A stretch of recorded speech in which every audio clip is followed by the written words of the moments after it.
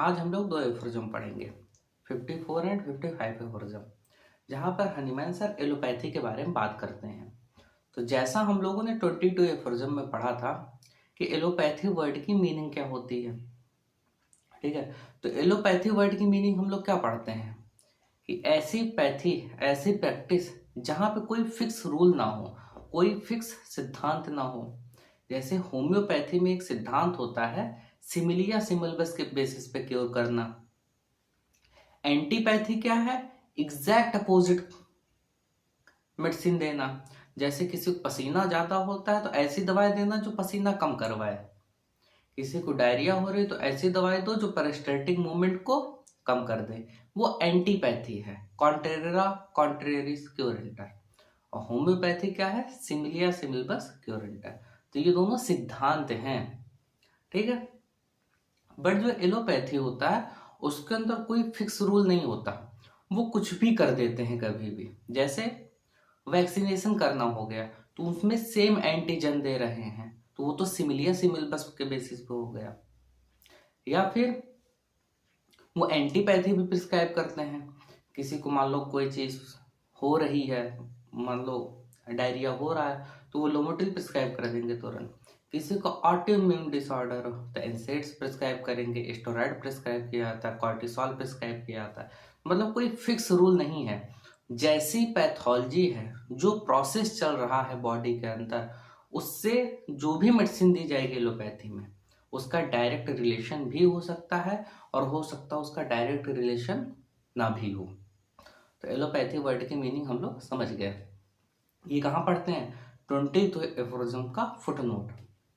तो 22 एफोरिज्म से अगर 54 और 55 एफोरिज्म पढ़ना है तो हमें वहां से कनेक्शन बनाना पड़ेगा कि यार हमने 22 एफोरिज्म में पढ़ा क्या था। 22 एफोरिज्म के फुटनोट में पढ़ेंगे, देन 54 एफोरिज्म पढ़ना स्टार्ट करेंगे। तो देखो 54 एफोरिज्म में हनीमैन सर कहते क्या है? The allopathic method of treatment utilize many things against disease। देखो हनुमान सर ने क्या लिखा? एक एलोपैथिक मेथड ऑफ जो ट्रीटमेंट होता है, यूटिलाइज मेनी थिंग, वो बहुत सारी चीजें यूटिलाइज करते हैं। तो वो एंटीपैथिक भी मेडिसिन देंगे, वो एक्सरसाइज करने को भी बोलेंगे, बहुत सारी चीजें मिक्स कर देंगे अगेंस्ट डिजीज, डिजीज को ठीक करने के लिए। But usually only improper one. लेकिन हनुमान सर वो जो बहुत सारी चीजें दे रहे हैं, वो बहुत सारी जो दवाएं दे रहे हैं, ठीक है, वो क्या है? इम्प्रॉपर वन है। उनका कोई डायरेक्ट रिलेशन नहीं है उस पैथोलॉजी से, बट वो दे रहे हैं। And rules for ages in different from card system. Hanuman sir कह रहे हैं ये जो एलोपैथी का मेथड है, एलोपैथिक सिस्टम का जो तरीका है दवाएं देने का, ये किसी डिजीज को ठीक करने के लिए बहुत सारे तरीके अपनाते हैं। और ये जो बहुत सारे तरीके होते हैं ये आगे चलकर एक सिस्टम का फॉर्मेशन करते हैं, ठीक है। जहां पर आगे क्या लिखता है देखो। तो जब हम लोग एफोरिज्म 1 पढ़ते हैं तो वहां पे हनीमैन सर बताते हैं mission of a physician. But उसी के फुटनोट में हनीमैन सर कहते हैं कि फिजिशियन का क्या मिशन नहीं होना चाहिए। तो फर्स्ट एफोरिज्म का जब हम लोग फुटनोट पढ़ेंगे तो मिशन क्या नहीं होगा, वहां पे हनीमैन सर एक्सप्लेन करते हैं कि हमें कोई स्पेकुलेशन के बेसिस पे ट्रीटमेंट नहीं करना, हमें कोई सिस्टम क्रिएट नहीं करना। But allopathy mode of treatment कैसा है?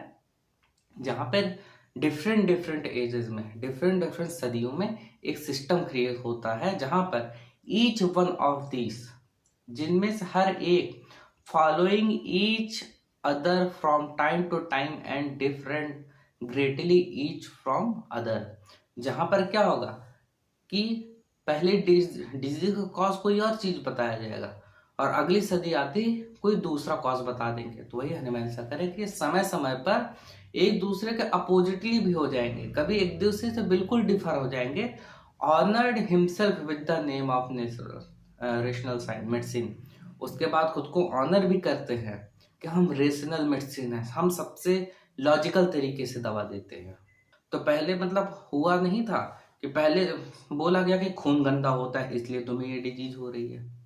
अब कहते हैं क्या खून गंदा नहीं है, तुम्हारे बॉडी के अंदर कोई ना कोई चीज गई है बाहर से, इस वजह से तुम्हें डिजीज हो रही है। तो पहले ट्रीटमेंट का तरीका क्या था? ब्लड निकाल देते थे। अब ट्रीटमेंट का तरीका ब्लड नहीं निकालेंगे तो कुछ और कर देंगे। तो हनीमैन सर कह रहे हैं कि ये जो सिस्टम है ये एक दूसरे से हमेशा अलग हो जाते हैं और एक दूसरे से बहुत ज़्यादा डिफरेंट होते हैं।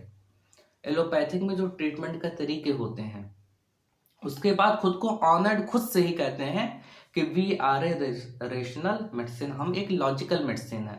हम जो दवाएं प्रिस्क्राइब कर रहे हैं एलोपैथिक मेथड के अंदर बहुत ही लॉजिकल है। तो इसका देखो फुटनोट हनीमैन सर क्या एक्सप्लेन करते हैं। As if the establishment of a science based on observation of nature and pure experiment। तो देखो हनीमैन सर फुटनोट में कह रहे हैं कि जब भी किसी साइंस की इस्टेब्लिशमेंट होती है, जब भी किसी साइंस को स्थापित किया जाता है, तो वो किस चीज़ पे बेस होता है? Based only on observation of nature. Nature को ऑब्जर्व करके तब किसी सिस्टम का बेस बनाया जाता है, एंड प्योर एक्सपेरिमेंट, और नेचर में जैसा हो रहा है उसको प्रूफ करने के लिए बार बार एक्सपेरिमेंट किए जाते हैं। जैसे एप्पल का अर्थ की तरफ अट्रैक्ट होना, किसी सामान का अर्थ की तरफ अट्रैक्ट होना, तो ये क्या है? नेचर में based on observation of nature, nature में ऑब्जर्व किया गया, उसके बाद इसका एक्सपेरिमेंट हम लोगों ने पढ़ा, फिर हम लोग फार्मूले पढ़ना स्टार्ट किए, F=g(m(n)(2)/r², तब जाके सारी चीज़ें आई। तो अगर किसी साइंस को इस्टेब्लिश करना है तो उसके अंदर क्या होना चाहिए? नेचर का ऑब्जर्वेशन होना चाहिए एंड प्योर एक्सपेरिमेंट, और उसी चीज़ का अच्छे से एक्सपेरिमेंट होना चाहिए, and experience idle speculation and scholastic vapouring could have a place. और जो बेकार के स्पेकुलेशन होते हैं और जो स्कॉलरिक वेपरिंग होती है, जो चीज़ें रटाई जा रही हैं, ठीक है, उनकी कोई जगह नहीं होती। सिर्फ और सिर्फ क्या होता है? एक्सपीरियंस की जगह नहीं होगी। सिर्फ और सिर्फ किस चीज़ के बेसिस पे होनी चाहिए? किसी साइंस का एस्टेब्लिशमेंट, नेचर को अच्छे से ऑब्जर्व करना और उसका एक्सपेरिमेंट करना। जैसे न्यूटन सर का पढ़ते हैं हम लोग कि उन्होंने ऑब्जर्व किया ये चीज़, यहाँ एप्पल गिर रहा है या कोई सामान अर्थ की तरफ अट्रैक्ट हो रहा है तो ग्रेविटेशनल एनर्जी है। बट न्यूटन सर के भी पहले, मुझे एग्जैक्टली नाम याद नहीं आ रहा है, केरल में कोई महर्षि थे, कणाद थे, कोई थे, मुझे एग्जैक्टली याद नहीं है। न्यूटन सर के भी पहले मतलब इंडियन जो गुरु थे उन्होंने बताया था ग्रेविटेशनल एनर्जी के बारे में, उसके बाद न्यूटन सर ने बताया था, ठीक है। तो मतलब हुआ क्या? अल्टीमेटली नेचर को ऑब्जर्व किया गया, उसके बाद उसका एक्सपेरिमेंट हुआ। तो होम्योपैथी भी तो सेम चीज़ है, जहाँ पर हम लोग डिफरेंट डिफरेंट एफोरिज्म में एग्जाम्पल पढ़ते हैं कि नेचर कैसे सिमिलर डिजीज प्रोड्यूस करके क्योर कर रही है। जैसे किसी के अंदर काउ पॉक्स का इनोकुलेशन किया जाए तो वो स्मॉल पॉक्स से प्रोजेक्ट कर रहा है, मतलब सेम डिजीज होने पर सिमिलर डिजीज नहीं हो रही बॉडी को। तो ये नेचर में ऐसा है, तो हमारा क्योर का तरीका कैसा होना चाहिए कि सेम डिजीज पैदा करो बॉडी के अंदर, सॉरी सेम नहीं, सिमिलर डिजीज पैदा करो, ठीक है। तभी वो क्या होगी? साइंस होगी। जबकि जो एलोपैथिक मेडिसिन, जो खुद को रेशनल मेडिसिन कहते हैं, वो सेम डिजीज पैदा नहीं करती दवाएं, एग्जैक्ट अपोजिट करती हैं, ठीक है। आगे ये जो सिस्टम क्रिएट करते हैं कौन से? एलोपैथिक वाले लोग, जिसे होम्योपैथ को वैसा सिस्टम नहीं क्रिएट करना चाहिए। एफोरिज्म 1 का फुटनोट में, every builder of such system cherished the haughty estimation of himself. ये जो सिस्टम क्रिएट किया जा रहा है, ठीक है, इसके जो बिल्डर हैं, जो लोग इसको बना रहे हैं इन सिस्टम को, चेरिश, वो खुश होते हैं the haughty estimation of himself, खुद को बड़ा मानते हुए कि यार हम बहुत बड़े बिल्डर हैं, हम बहुत बड़े डॉक्टर हैं, और खुद को वो खुश करते हैं that he was able to penetrate into the nature of life of the healthy as well as the sick। जो हेल्दी पर्सन है और जो सिक पर्सन है, उसके अंदर ये उसकी लाइफ में क्या हो रहा है कि वो खुद को चेरिश करते हैं। हम इसकी जिंदगी के अंदर जान सकते हैं कि किस वजह से डिजीज हो रही है। तो वही हनीमैन सर कह रहे हैं कि एवरी बिल्डर ऑफ सिस्टम, ऐसे सिस्टम के जो बिल्डर होते हैं वो खुश होते हैं अपने ईगो को लेकर, अपने को बड़ा समझते हैं कि उन्होंने लाइफ के इनर नेचर ऑफ लाइफ को पूरी तरह से पेनिट्रेट कर लिया है, समझ लिया है, of healthy as well as sick. जो हेल्दी पर्सन और जो सिक पर्सन उसके अंदर, and clearly to recognise and accordingly gave the prescription, और उसी को अकॉर्डिंग वो दवा दे रहे हैं, which noxious matter should be banished from the sick man. और वो कह रहे हैं कि हम ये जो प्रिस्क्रिप्शन का तरीका दे रहे हैं वो सिक मैन के अंदर जो नॉक्सियस मैटर है, जो बीमारी वाला मैटर है, उसे बैनिश कर देगा। हमारी जो प्रिस्क्रिप्शन है वो उसे बाहर कर देगा। तो हम लोग जब इसका फुटनोट पढ़ेंगे तो वहां पर हनीमैन सर बताते हैं कि up to the most recent time, Hahnemann sir कह रहे हैं कि अभी भी ये टाइम आ चुका है कि लोग अभी भी ये चीज कह रहे हैं कि ये जो डिजीज होती है किसी न किसी मॉर्बिफिक नॉक्सियस मैटर की वजह से हो रही है। जबकि हनीमैन सर उसी में देखो पढ़ेंगे जब उसका फुटनोट, उसमें देखो 11 फुटनोट का जिक्र किया है। बट हनीमैन सर कहते हैं जो डिजीज का कॉज होता है वो एनर्जी है, कोई एक्सटर्नल डिस्टरबेंस है जिसकी वजह से बॉडी की जो एनर्जी है उसका डिस्टरबेंस हो इस हद तक होता है कि वाइटल फोर्स कुछ न कुछ डिजीज फॉर्म में डिजीज को बाहर निकालने की कोशिश कर रहा होता है। तो हनीमैन सर कहते हैं कि वो अभी भी चेरिश कर रहे हैं खुद को। एलोपैथी प्रैक्टिशनर के लिए बोलना है कि वो अभी भी खुद को समझ रहे हैं कि हम तीरंदाज हैं, हम समझ गए हैं बॉडी के अंदर क्या हो रहा है, और हम जब ये प्रिस्क्रिप्शन करेंगे तो वो जो कॉज ऑफ डिजीज है, जो कि मैटर वो समझ रहे हैं, उसे निकाल के बाहर कर देंगे। बट इसी फुटनोट में देखो हनीमैन सर कहते हैं कि up to the most recent time what is curable in sickness was supposed to be the material that has to be removed since no one could conceive a dynamic effect. Hahnemann sir कह रहे हैं कि अभी भी recent time तक लोग मान रहे हैं कि जो डिजीज का कॉज है वो मटेरियल है, कोई ना कोई बाहर से कोई ना कोई मैटर बॉडी के अंदर गया है, और अभी भी वो नहीं समझ रहे हैं कि ये डायनेमिक है।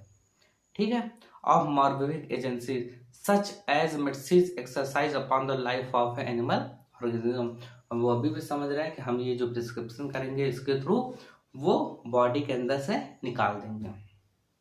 आगे, and how to banish it in order to restore him to health, all this according to empty assumption and arbitrary supposition.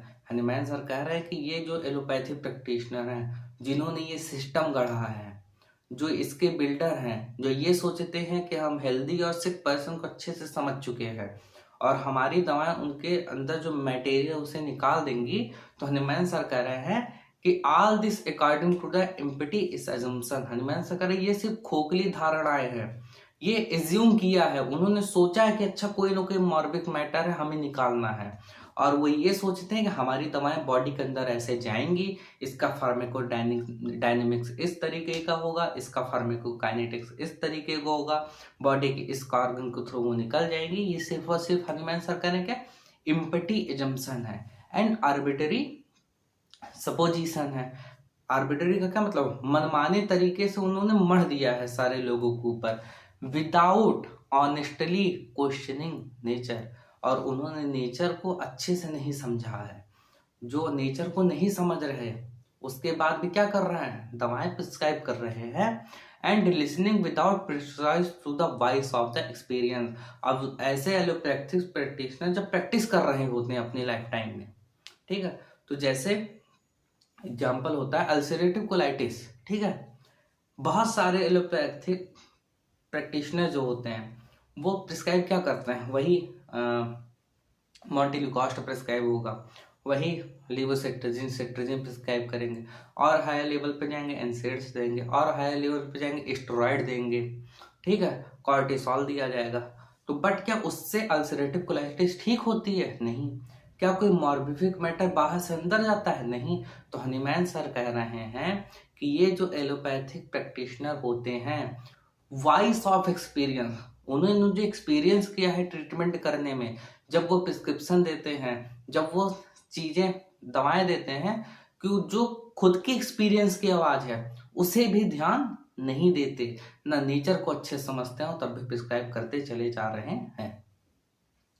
Disease were held to the condition that reappeared pretty much in the same manner. और जब वो ऐसे practice करते हैं जहाँ पे वो suppose करते हैं कि अच्छा डिजीज इस वजह से पैदा हुई, तो हमारे ट्रीटमेंट का तरीका ऐसा होगा। तो जब वो सेम तरीके से ट्रीटमेंट करते हैं तो जब दोबारा डिजीज आती है सेम तरीके से लौट कर आती है। तो वही हनीमैन सर कह रहे हैं कि disease was held to be condition that reappeared pretty much in the same manner. जैसे किसी को पाइलोनाइडल शिफ्ट होता है या फिर फिस्टुला है, तो जब एलोपैथी में वो सर्जरी करके ठीक कर देते हैं, बट उसके बाद भी पेशेंट को हो जाता है। हेमरॉइड काट के निकाल दिया, फिर हेमोरॉइड हो गया। या फिर जैसे किसी को हर्निया हुई, ठीक है, हर्निया में हर्नियोप्लास्टिक कर दिया, हर्नियोरेफी कर दिया, उसके बाद भी पेशेंट को हर्निया हो जाता है। ठीक है, राइट में था, मान लो लेफ्ट में आ जाएगा, इससे ज़्यादा क्या होगा। ठीक है, बट हर्निया हो जाता है, तो मतलब हनीमैन करें सेम मैनर में लौट के चली आती है बीमारियां। वो एक बार हेमोरॉइड को रिमूव करे दोबारा आ जाएगा हेमोरॉइड। ये क्या है, एलोपैथिक प्रैक्टिस में ऐसा होता है। ये चीज हनीमैन सर एक्सप्लेन कर रहे हैं। आगे, most system give therefore name to be imagined disease picture and classify them every system differently। और ये जो बहुत सारे सिस्टम हैं वो क्या करते हैं, उस इमेजिनरी डिजीज को नाम देने की कोशिश करते हैं और उसको क्लासिफाई करते हैं, और जितना क्लासिफाई करेंगे हर सिस्टम अपने तरीके से क्लासिफाई करता है। तो हम लोग पढ़ते हैं कि इन डॉक्टर्स के अकॉर्डिंग क्लासिफिकेशन, दूसरे डॉक्टर के अकॉर्डिंग क्लासिफिकेशन, तीसरे डॉक्टर के अकॉर्डिंग क्लासिफिकेशन, WHO क्लासिफिकेशन। तो क्लासिफिकेशन ही पढ़ रहे हैं बैठ के। तो हनीमैन सर वही कह रहे हैं कि ये सिस्टम है जिसने क्लासिफिकेशन किया है। आगे, to medicine were scribe action which were suppose to cure that abnormal condition. Hahnemann sir कह रहे हैं कि जो मेडिसिन स्क्राइब की जाती हैं, स्क्राइब का मतलब क्या, जिसका मर दिया गया ये दवा इसी काम में आती है। जैसे पैरासिटामोल से फीवर में यूज होगा, या फिर जो स्टेरॉइड होती हैं वो क्या होती हैं, लाइफ सेविंग ड्रग होती हैं, इसको ऑटोइम्यून डिसऑर्डर में देना चाहिए। तो बेचारे वो भी कुछ नहीं कर सकते, वही सेम तरीका अपनाते हैं कि पहले स्टेरॉइड को हायर डोज में देंगे, फिर उसको फिर लोअर डोज में करेंगे, फिर लोअर डोज में, 30-40 दिन की साइकिल चलेगी, अगेन फिर स्टेरॉइड को वो फिर हायर डोज में लेकर चले जाते हैं। तो उनके पास भी चॉइस नहीं है। तो वही हनीमैन सर कह रहा है कि वो उस एबनॉर्मल कंडीशन को ठीक करने के लिए ऐसी मेडिसिन देते हैं जिस मेडिसिन को गढ़ दिया गया कि भैया इसका यही काम है। ठीक है, ओमेप्राजोल गैस में दे रहे हैं, GARD में दिया जा रहा है। ठीक है, तो वो मतलब क्या, एक्शन मर दिया गया है। हनीमैन सर उस चीज की बात कर रहे हैं कि suppose to cure the abnormal condition. इसीलिए बहुत सारी मटेरिया मेडिका की बुक है किसके अंदर, एलोपैथी के अंदर। तो अब देखो उसके फुटनोट में, to fill the measure of self infatuation to overpowering here were mix constantly more indeed many different medicine so called prescription. तो हनीमैन सर कह रहे हैं कि उनका जो सेल्फ इन्फेचुएशन है, इन्फेचुएशन का मतलब क्या हुआ, जो उनकी खुद की मूर्खता है, अपनी मूर्खता छिपाते हैं। वो इतने बड़े मूर्ख हैं, एलोपैथी वालों के लिए बोल रहे हैं कि वो इतने बड़े मूर्ख हैं, पहले ये इमेजिन करेंगे कि बॉडी के अंदर कुछ बाहर से डिजीज मैटर गया है, फिर ये इमेजिन करेंगे कि दवा का एक्शन ऐसा होता है, फिर अपनी इस मूर्खता को छिपाने के लिए वो क्या करते हैं, बहुत सारी दवाओं का मिक्सचर देते हैं। तो हनीमैन सर उसी बारे में कहते हैं, to fill the measure of self influence to overflowing here were mix constantly more, और ब्रैकेट में क्या है, वेरी लर्नली, उन्होंने रट्टा मार रखा है, कॉन्स्टेंटली मोर, ज्यादा से ज्यादा दवाएं मिक्स करके देंगे, इंडीड, वास्तव में, many different medicine so called prescription, बहुत सारी दवाएं एक साथ देंगे, उसके बाद कहेंगे कि ये प्रिस्क्रिप्शन है, यही प्रिस्क्रिप्शन का तरीका है। To be administered in frequent and large dose thereby precious early destroy human life was endangered in the hand of these perverts one।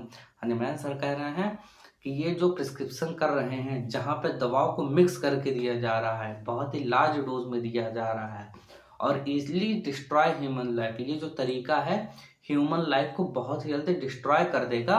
और ये लोग जो कर रहे हैं ये कैसे हैं, परवर्टेड वन से, बहुत ही खराब लोग हैं। Specially so with seton venesection emetic purgative plaster fontanelle and cauterisation. फिर हनुमान सर तरीका बताते हैं कि ये जो तरीके दे रहे हैं ट्रीटमेंट के, ये क्या करेंगे। ठीक है, तो उम्मीद करते हैं 54 एफोरिज्म समझ में आया होगा। तो देखो 55 एफोरिज्म में क्या है। तो हनीमैन सर कह रहे हैं ये जो हमने पढ़ा कि सिस्टम क्रिएटर है, ये ट्रीटमेंट के प्रिस्क्रिप्शन मिक्स करके दे रहे हैं। ये जो इमेजिन कर रहा है कि डिजीज के अंदर कुछ ना कुछ मॉर्बिड मैटर है, तो कहते हैं कि हाँ हनीमैन सर कि ये जो तरीका है ये अल्टीमेटली लोगों को बिलीव दिला देगा कि ये ट्रीटमेंट का तरीका गलत है। तो देखो 55 एफोरिज्म।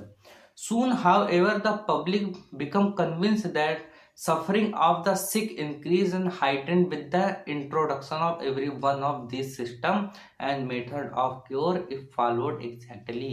तो हनीमैन साहब कह रहे हैं जल्दी ही ये जो पब्लिक है, ये जो जनता है, इस बात में कन्विंस हो जाएगी कि अगर ये जो सिस्टम में ट्रीटमेंट का तरीका है जहां पे दवाई मिक्स करके दी जा रही है, इनको जल्दी ही विश्वास हो जाएगा कि ये जो तरीका है, ये जो सिस्टम है, ये बीमारी सिर्फ बढ़ा रहा है और जितने नए सिस्टम आ रहे हैं वो सफरिंग बढ़ा रहे हैं उस सिक मैन काइंड की। आगे, long ago these allopathic physician would have been left has it not been the palliative relief obtained at time from the empirical discovered remedies whose almost instantaneous flattering action is apparent to the patient। Hahnemann sir कह रहे हैं कि बहुत साल पहले ये जो allopathic physician है ये पीछे छूट गए होते, मतलब ये ठीक ना कर पाते, मतलब ये पीछे हो गए होते अगर पैलिएटिव रिलीफ करने वाली दवाएं गलती से खोज ना ली गई होती।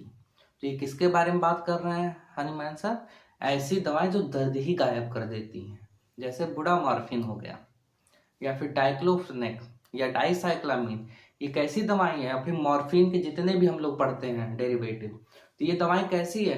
किसी पेशेंट को मान लो पेन हो रहा है तो ये दवाई देने के बाद पेन उसको फील ही नहीं हो रहा है।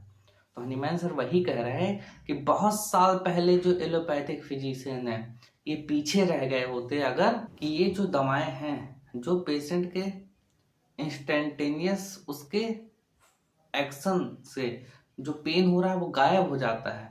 तो हनीमैन सर कह रहे हैं कि ये जो एलोपैथी प्रैक्टिस में बहुत पहले ही छूट गए होते अगर ऐसी दवाएं ना गलती से खोज पाए होते। तो हनीमैन सर कह रहे हैं कि इन एलोपैथी प्रैक्टिशनर ज़्यादा इन दवाओं को क्रेडिट करना चाहिए। कौन सी दवाओं को? जो पेन को या फिर बॉडी के नंबनेस को या फिर बॉडी के किसी कैरेक्टर को सडन गायब कर देती हैं। तो हनीमैन सर कह रहे हैं कि इनको कुछ हद तक क्रेडिट जाता है जो एलोपैथिक प्रैक्टिशनर अभी भी रिलेवेंट बने हुए हैं। ठीक है, आज का लेक्चर बस इतना ही।